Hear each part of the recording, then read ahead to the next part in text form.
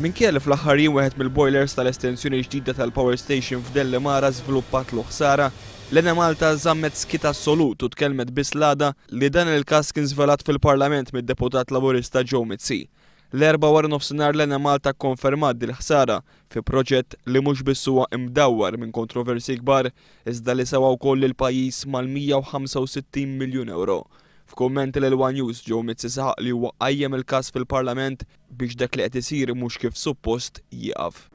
Fil-fatt li għadek qed tiġi il-kwistjoni kollu jien għamilta mhux biex toħroġ biex nikxef xi ħaġa, biex l-affarijiet li mhux qed isiru kif suppost isiru, ma jbqgħux isiru għax il-għandu dritt ikun jaf. Għax wara kollox il-poplu Malti għawċu se jħallas għalija. Għalkemm l-Enemalta kkonfermat il-ħsarat ma qablitx li nħattru esperti indipendenti biex jagħmlu l-investigazzjoni kif issuġġerixxa Joe Mizzi, għaliex qalet li għandha biżżejjed esperti li kapaċi jagħmlu dan.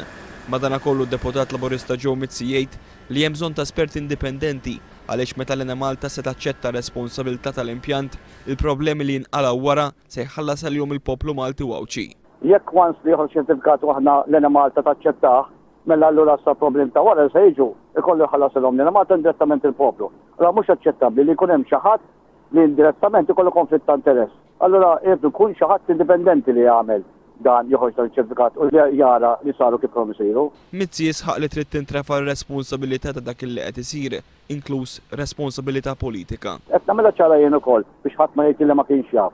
Illi jekk ikun hemm konsegwenzi ma jsirux l-affarijiet kif għandhom isiru, xi ħadd mhux nerġa' ngħid, mhux responsabilità politika biss, imma anke għandu jerfa' responsabilità li ta' emilu u anki wkoll jittieħdu passi kontra għandi ngħid li għaliex ma jistax ikun il-poplu Malti walċi illi jagħmel tajjeb għal deċiżjoni ħsiena li jagħmel ħadd ieħor. Oriġinarjament l-impjant tal-BWSC kellu jgħaddi għand l-Enemalta f'Ġunju li għadda, iżda kien hemm problemi tekniċi. Matul żjara li l-Ministru Tonio Fenek għamel fit-tmiem ix-xahar li għadda kien qal l-impjant kien ħajgħaddi għand l-Enemalta f'nofs dan ix-xahar.